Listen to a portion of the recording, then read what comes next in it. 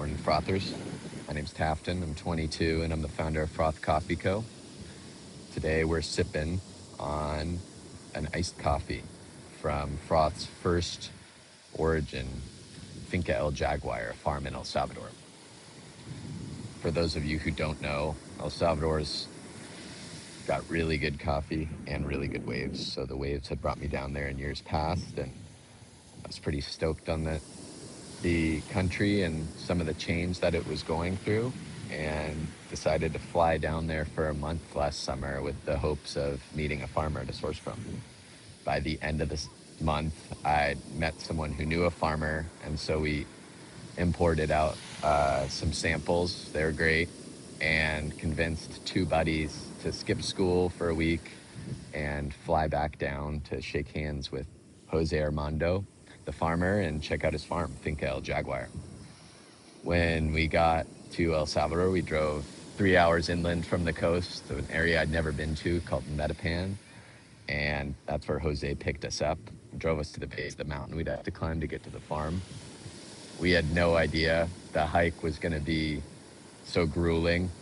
Turns out Jose had been doing this hike for the past 15 years. He was in his 60s. He'd been doing the hike a couple times a week for the past 15 years. And before that, he was a Marine. So the whole time he was kind of giggling and laughing, just hopping his way up this mountain like a goat, telling stories, and we were just panting behind him on this goat trail that he'd made. When we got to the farm, it was pretty rad because he showed us what his day-to-day looked like, how to check for leaf rust and pests, and tried to help him a little bit with the weeding. But this mountain was like vertical, and I was literally clinging to trees trying to help him weed. Turns out Jose grows produce for his family on the farm as well, which is super clutch because we were starving. So we got to munch on these oranges and look across the mountain range. You could see the volcano over in Guatemala, and there's all these cattle grazing underneath us in these grass fields and pine trees.